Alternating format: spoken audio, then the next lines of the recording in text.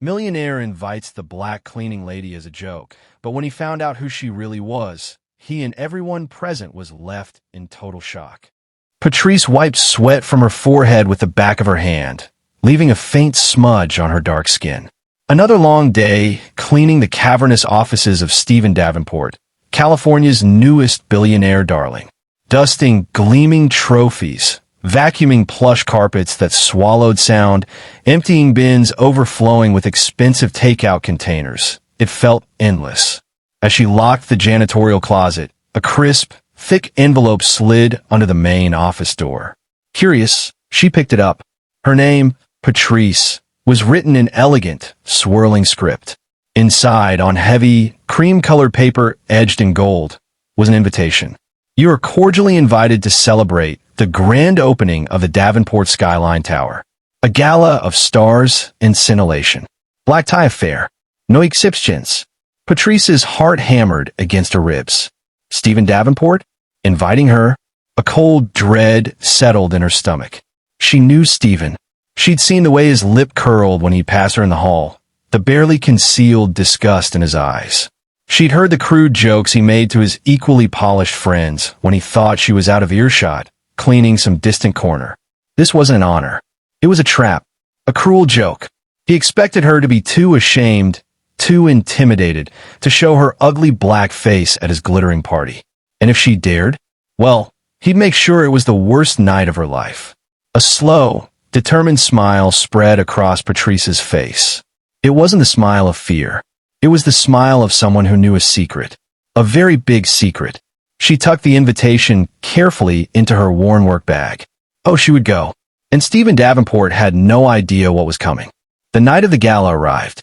The Skyline Tower pulsed with light and life. A beacon for the richest and most powerful in California. Limousines, disgorged women draped in diamonds, and men in tuxedos that cost more than Patrice made in a year. Inside, crystal chandeliers cast rainbows on marble floors. Champagne flowed like water. Laughter, sharp and confident, filled the air. Everyone who was anyone was here. Steven Davenport held court near the entrance, his arm draped possessively around his wife, Lisa. She was sleek as a panther in ice blue silk, her smile sharp enough to cut glass. Steven's eyes constantly scanned the room, a predator enjoying his domain. He exchanged knowing smirks with a few close associates. The joke was ready. The cleaning lady was surely cowering at home. The thought amused him immensely. Suddenly, a ripple went through the crowd near the grand entrance. Conversations faltered. Heads turned. A hush fell, broken only by the soft clinking of glasses. Standing in the doorway, framed by the city lights, was a vision. Gone was the drab cleaning uniform. Gone was the tired expression. Patrice stood tall and radiant in a gown of such breathtaking crimson it seemed to burn. The fabric flowed like liquid fire, hugging her curves before cascading dramatically to the floor. It wasn't just expensive. It looked like it had been sculpted onto her, a masterpiece of design.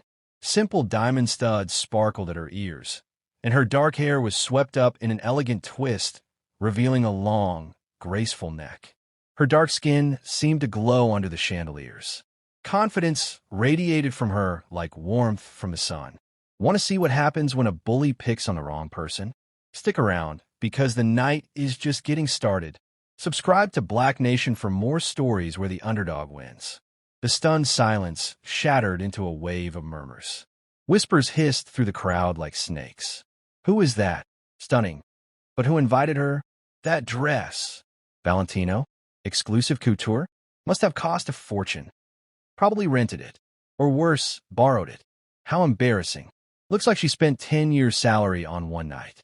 Foolish. Steven's jaw dropped. Lisa's perfectly sculpted eyebrows shot up towards her hairline. Their amusement curdled into something uglier. This wasn't the cowed, shabby figure they'd expected. This woman commanded the room, and she was black. Their intended prey had just transformed into a challenge, a shiny new toy to break. A cruel glint returned to Steven's eyes.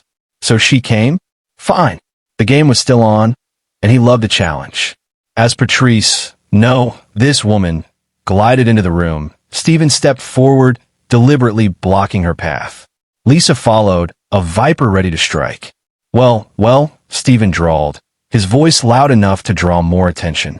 Look who decided to scrub up for the occasion. Patrice, wasn't it? My cleaning lady. He emphasized the last two words, dripping with contempt. Lisa tittered, a brittle sound. Darling, are you sure she didn't just borrow the uniform? This seems a bit much for mopping floors, doesn't it? She ran a disdainful eye over the red gown. Does the dry cleaner know you took it? Insults, subtle and not so subtle, rained down. Lost your way to the service entrance. Steven sneered. Hope you didn't use the company polish on those shoes, Patrice. Might leave a stain. People nearby snickered, some openly, others hiding behind their hands or champagne flutes. Phones discreetly rose, capturing the spectacle. Through it all, the woman in red remained utterly calm. She didn't flinch, didn't blush, didn't look away. She simply stood, radiating a serene, unshakable confidence. Her dark eyes held Steven's gaze, steady and unnerving.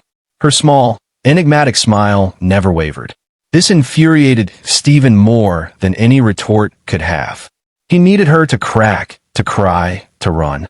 Still smiling, he spat, his voice rising. He gestured dramatically to the crowd. Look at her. Thinks she belongs here.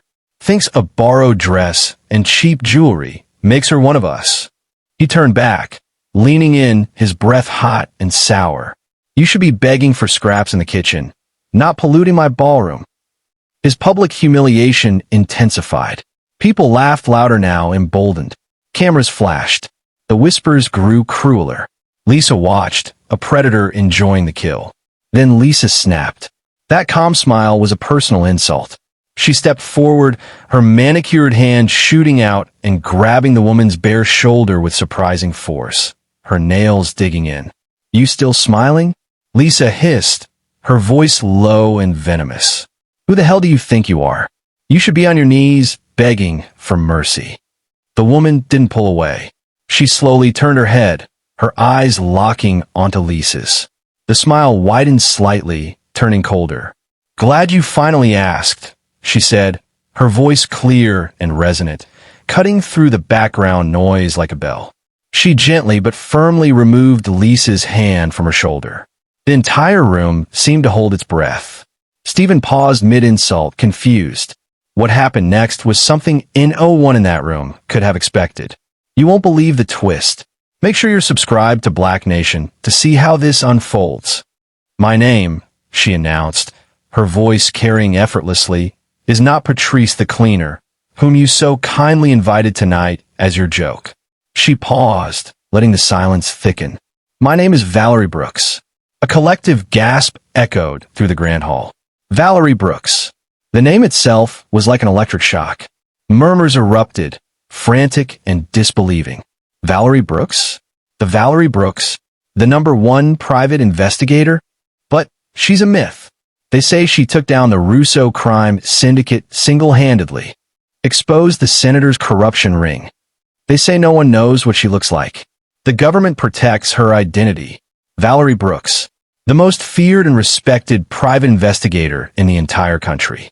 Her exploits were legendary, whispered about in boardrooms and back alleys alike. She specialized in taking down the seemingly untouchable, corrupt politicians, international crime bosses, corporate giants hiding dark secrets. Her face was unknown, a closely guarded state secret, because the criminal she exposed would pay any price to eliminate her.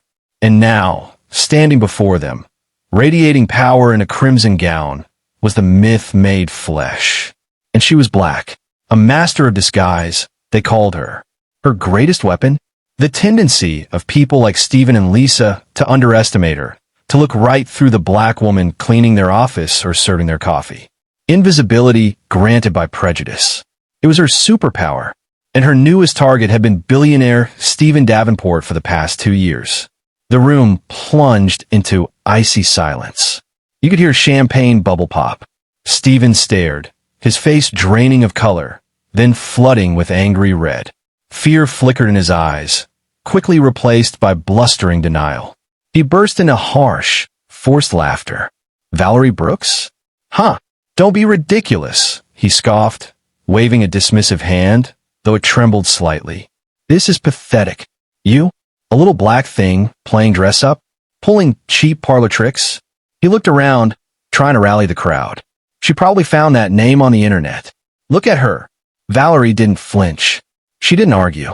She simply turned and walked, with slow, deliberate majesty, towards a nearby table. The crowd parted silently before her. She placed her designer clutch bag on the polished surface and opened it. With steady hands, she withdrew a slim, official-looking case.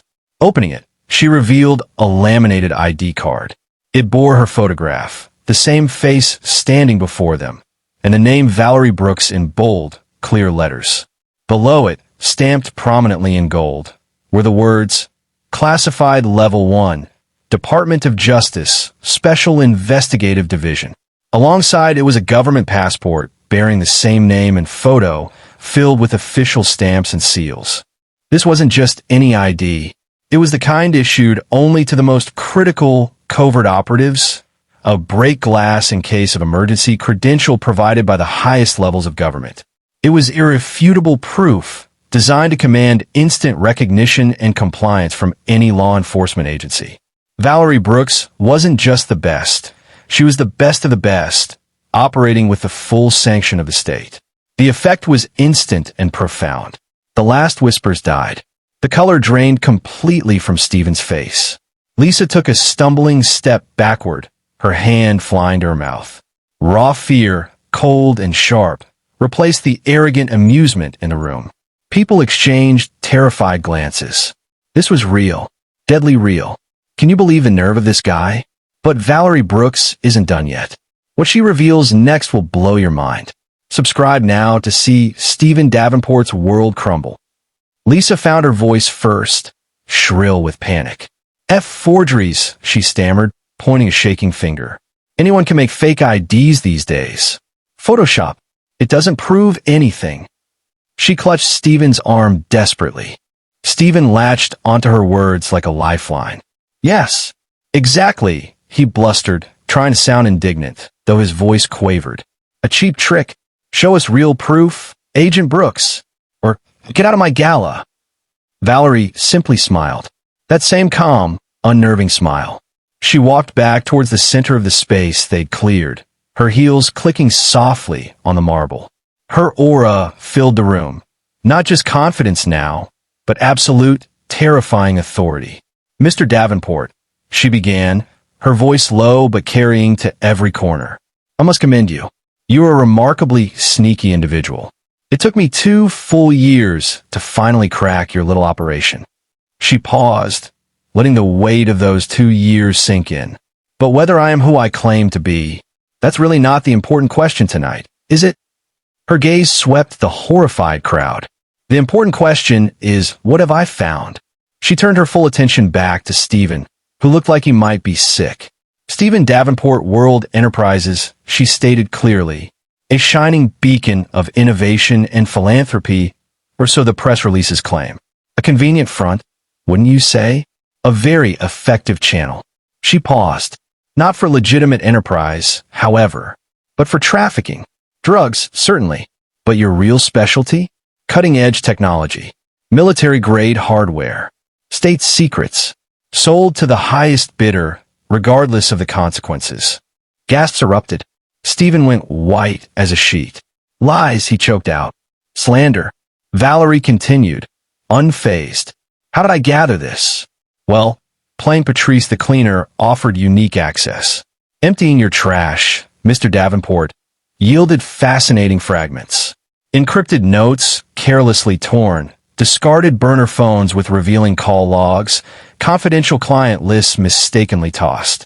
Watching your comings and goings, noting the hushed meetings in soundproofed rooms after hours. She smiled thinly. People rarely notice the cleaning staff. They talk freely. They make mistakes. And I documented everything. Every suspicious shipment disguised as office supplies. Every encrypted transfer routed through shell companies I meticulously traced. The evidence is substantial. Circumstantial, perhaps, to some. But woven together? It's a noose. The crowd was stunned, shifting uncomfortably. The glittering facade of Steven's empire was cracking before their eyes.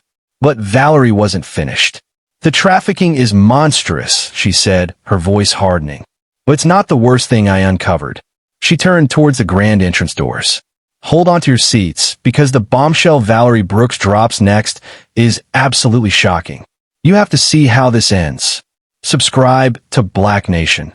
We're telling stories that matter. Two figures emerged hesitantly from the shadows near the doorway. A young woman, perhaps in her late 20s, her face etched with exhaustion and fear, holding the hand of a small boy, maybe 3 years old. They looked painfully out of place amidst the diamonds and silk. Steven's reaction was instantaneous and visceral. His eyes bulged. A strangled cry escaped his lips. He recoiled as if struck. "No," he whispered, the blood draining from his face again, leaving him gray. "Impossible." Valerie's voice cut through the sudden, intense silence. "Everyone, meet Maria Sanchez. She was the cleaning lady before me, until Mr. Davenport decided she was more than that." Her gaze was icy as it locked onto Steven. Without her consent, he raped her. A collective gasp, louder this time, filled with genuine horror. Maria flinched, pulling her son closer. Tears welled in her eyes. When her husband discovered the truth, Valerie continued, her voice laced with steel, he left her. Desperate and terrified, Maria went to Steven, the father of the child she was then carrying. Seeking help? Responsibility? Valerie's lip curled in disgust. He promised to take care of her, and he did. He committed adultery with her again, and when she became pregnant once more.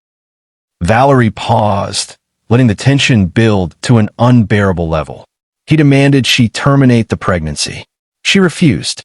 He flew into a rage. Valerie's voice dropped, but every word was a hammer blow. He hit her. He threatened her. He promised to make her life a living hell. And he promised her death if she ever breathed a word of what he'd done. Maria sobbed quietly, nodding, her hand covering her son's ears as best she could. The boy looked up at Steven with wide, confused eyes. The room was utterly silent now, thick with revulsion.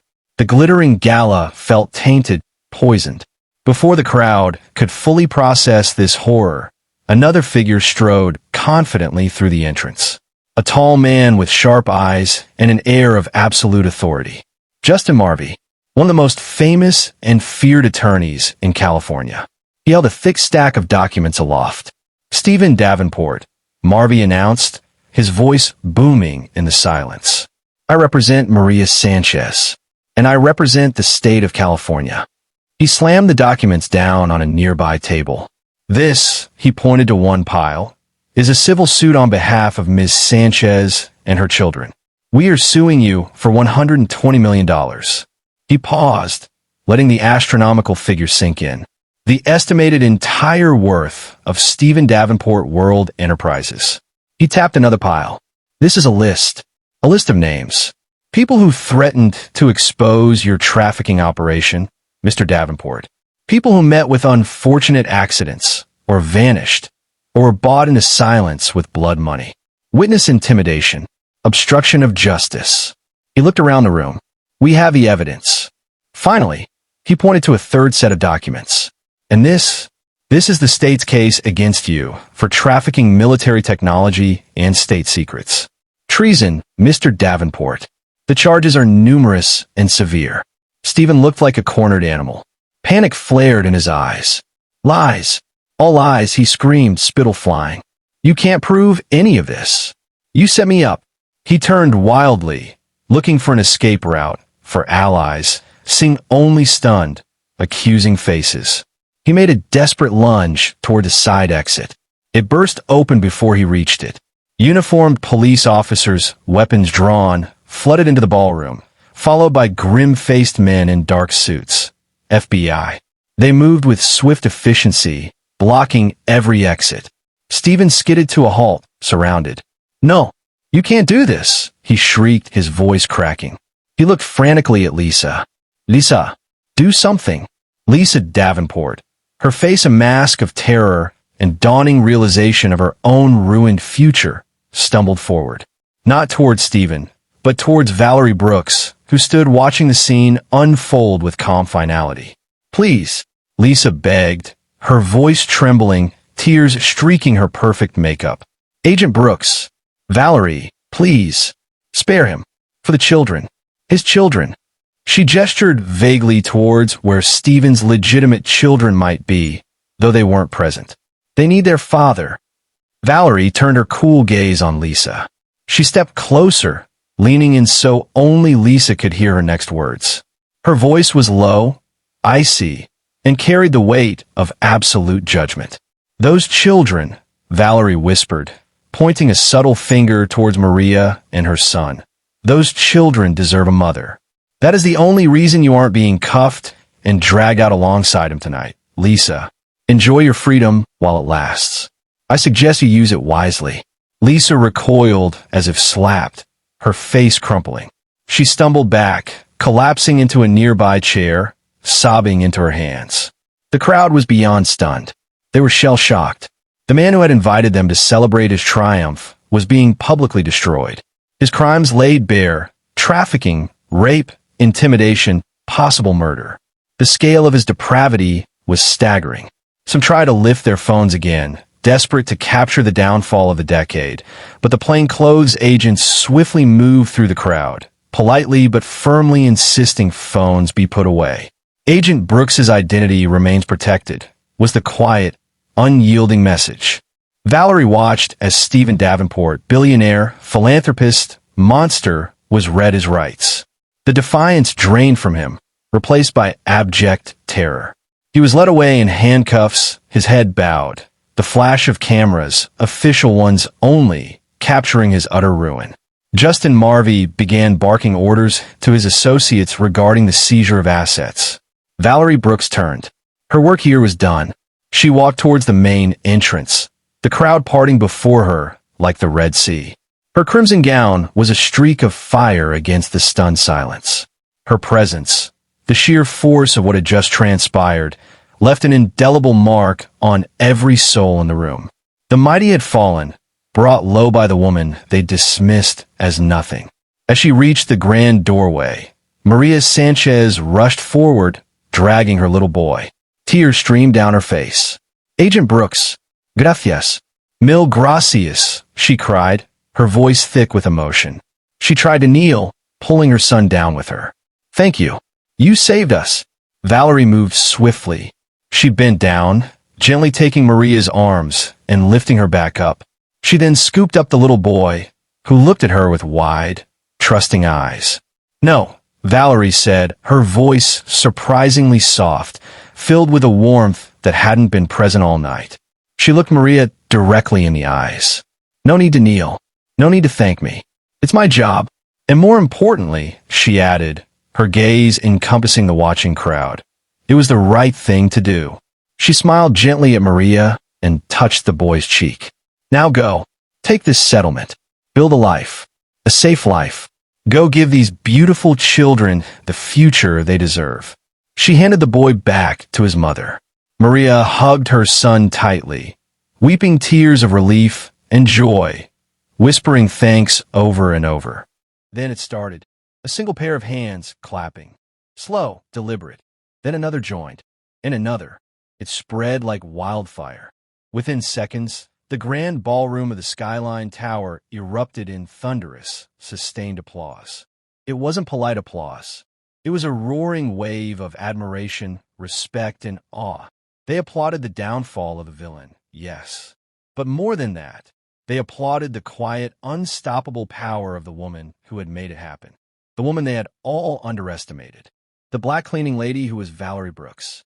Valerie acknowledged the applause with a slight, regal nod. Then she turned and walked out into the night, the sound of 1,000 clapping hands echoing behind her. The city lights glittered below. Another case closed. Another predator exposed. She vanished into the shadows as seamlessly as she'd entered the gala, already thinking of the next name on her list. The next powerful person who might foolishly underestimate the quiet woman in the corner. The next justice to be served. And that, Family is the power of truth and the danger of underestimating anyone.